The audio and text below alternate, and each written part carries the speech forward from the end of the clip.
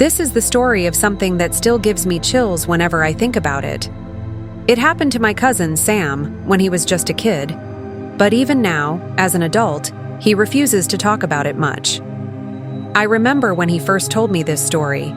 His voice was low, his hands were shaking, and there was something in his eyes that told me he wasn't making it up. And after hearing it, I believed him. Every single word of it.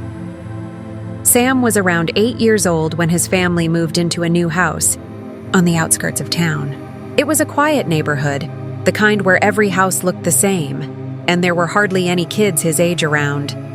Being an only child, Sam often played alone in the backyard, talking to his toys and making up stories to keep himself entertained. But then, one day, everything changed.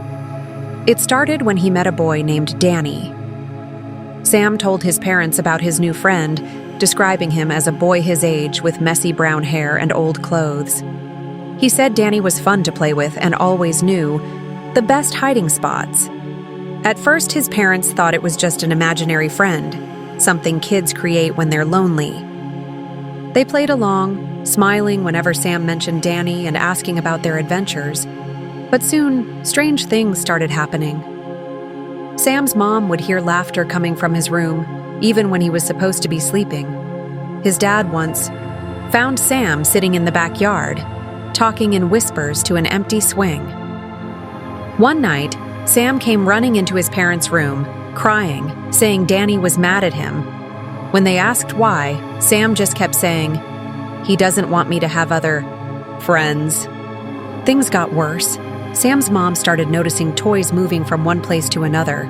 She would leave his stuffed animals on the shelf, only to find them scattered across the room later. She assumed Sam was just being messy. But then, one evening, she found all of Sam's toys lined up in a perfect row, facing the wall. Sam swore he didn't do it. "Danny did," he whispered, looking over his shoulder. One night, Sam's dad was working late, and his mom was folding laundry in the living room when she heard footsteps running upstairs.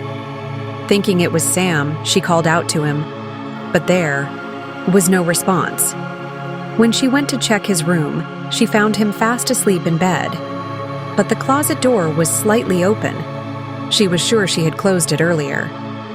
The next morning, Sam came down for breakfast with dark circles under his eyes. "Danny was in my room last night," he mumbled. "He was standing in the corner just watching me." His mom felt a chill run down her spine, but she forced a smile and told him it was just a dream. But it wasn't a dream. Not that night, or the night after that. One evening, Sam's mom was looking through old family photos in the attic when she came across an old newspaper clipping tucked between the pages of an album. It was dated almost 20 years earlier. The headline made her blood run cold. "Local boy found dead in abandoned house." She read on, her hands shaking.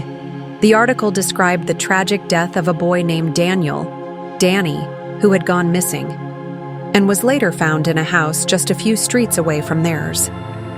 No one knew how he had died, but some neighbors claimed to have heard strange noises from the house long after the boy was gone. Panicked, she ran downstairs, clutching the newspaper. When she reached the living room, she froze.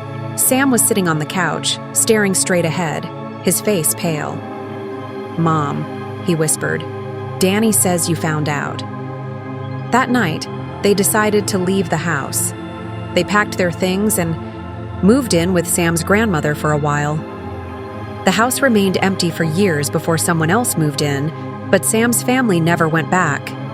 Sam, now grown up, refuses to talk about it, but sometimes when he's alone, he still feels like someone is watching him. And sometimes, late at night, he still hears a whisper in his ear. "You promised we'd be best friends forever.